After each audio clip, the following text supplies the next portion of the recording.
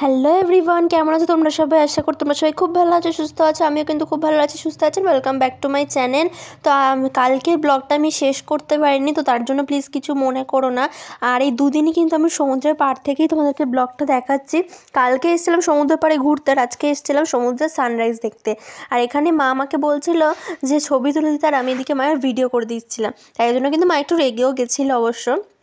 তো এখন সমুদ্র দেখছো, সমুদ্র কিন্তু আজ সেদিনকে আমরা চলে আসি, সেদিনকে সমুদ্রের ঢেউ খুব উত্তাল ছিল। আমরা তো সমুদ্রে চান করতে গেছিলাম, আমি বাবা একটা এই কাকুটা, যে কাকুটা এখন দাঁড়িয়ে আছে সেই কাকুটা মিলে আমরা সমুদ্রে চান করতে গিয়েছিলাম। আমার মা সমুদ্রে খুবই ভয় পায়, তাই জন্য যায়নি। তো সেই দিনকে কিন্তু ঢেউ ভীষণ উত্তাল ছিল।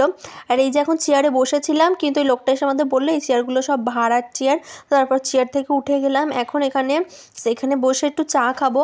আমরা মেন কথা এসেছিলাম কালকে সেমনি সমুদ্রের ধারে ঘুরতে এসেছিলাম, আর আজকে এসেছিলাম সানরাইজ দেখতে, কিন্তু মেঘলা ওয়েদারের জন্য সানরাইজটা দেখতেই পারলাম না।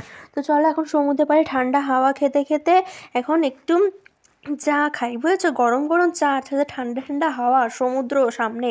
উফ, দারুণ কম্বিনেশন। চলো।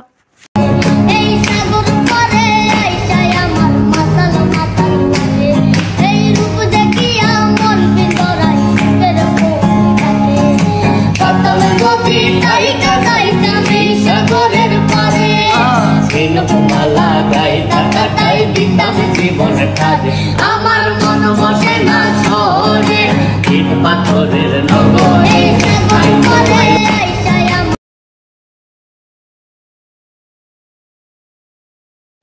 তো তারপরে এখন সমুদ্র থেকে স্নান করে এসেছে, আর প্রচণ্ড বালি হয়ে গেছে গা হাত পায়ে, চুলে অনেক বালি হয়েছে। তো চুলে একটু শ্যাম্পুও করিনি, আজকে ভীষণ ঠান্ডা লেগে যাবে, না হলে 2টো 2:30 অলরেডি বাজে।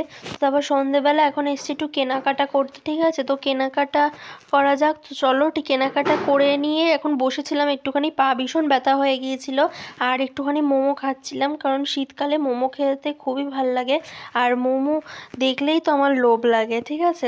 তো চলো আজকের ব্লগটা এতটাই রাখছি, সবাই ভালো থেকো, সুস্থ থেকো। আজকের ব্লগটা ছোট হয়ে গেল, আজকের মতো টাটা।